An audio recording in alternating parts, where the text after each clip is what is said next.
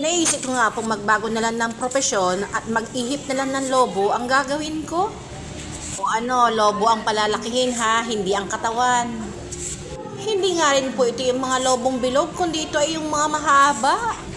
Hindi pala biro ang magpahaba nito at magpalaki. Sinubukan ko nga po itong ilagay doon sa may machine para mas madali akong matapos. Pero ang siste, mano-mano lang talaga siya. Naalala ko nga bigla yung mga nagtitinda ng lobo sa harap ng simbahan. Di pala madali ang mag-ihip ng ganitong lobo yung pakaba.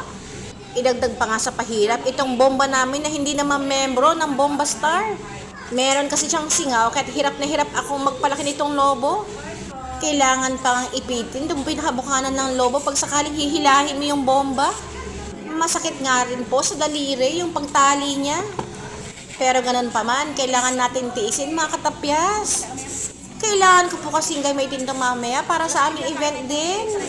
Children's Day po kasi ngayon, kaya sa labas ang aming event. Ngayon nga pong araw yon, pero tingnan nyo naman, nagpapalobo pa lang ako. Pero habang nagpapalobo mga makatapyas, marami akong realization, na naisip. Tulad ng parang gusto ko na lang magtinda rin ng lobo sa harap ng simbahan at umuwi ng Pilipinas. Mahal po kasi ang isang piraso ng lobo doon, bagga. Bibili na lang ako ng maraming lobo dito, tas ipapabagahe ko, tas pag uwi ko ng Pilipinas, magtitinda na lang ako ng lobo doon. Pero syempre, kailangan ko munang i-master itong pagpapalaki.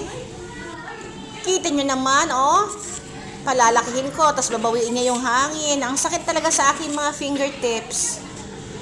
Ilang piraso pa nga lang yun, natapos mga katapyas kasi tigil ako ng tigil.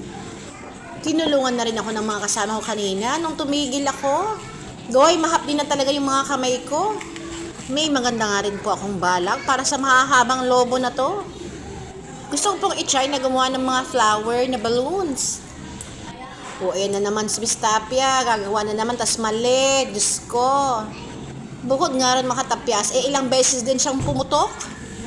Pag sobra kasing sticky yung loob ng lobo, tapos nai-stretch siya doon sa ibang part, pumuputok talaga. Buti na nga lang katapyas at nakikipag-chika yung aking kasama. Otherwise talaga titigilan ko na to. So heto katapyas, umpisan ko na pong gumawa ng flower, watch and learn. Pero syempre, hindi ko naman alam talaga kung sakaling flower ito, bahala na lang kayong humusga ha. Pinagtali ko lang naman yung mga bawat ends niya. 3 kinds of colors nga po yung naisip ko katapyas na gawing flower. Actually, nakita ko lang naman to sa wall ko na dumaan kanina, kaya gusto ko agad hiyahin. Normally po kasi, hinahayaan ko lang siya na pahaba pag sakaling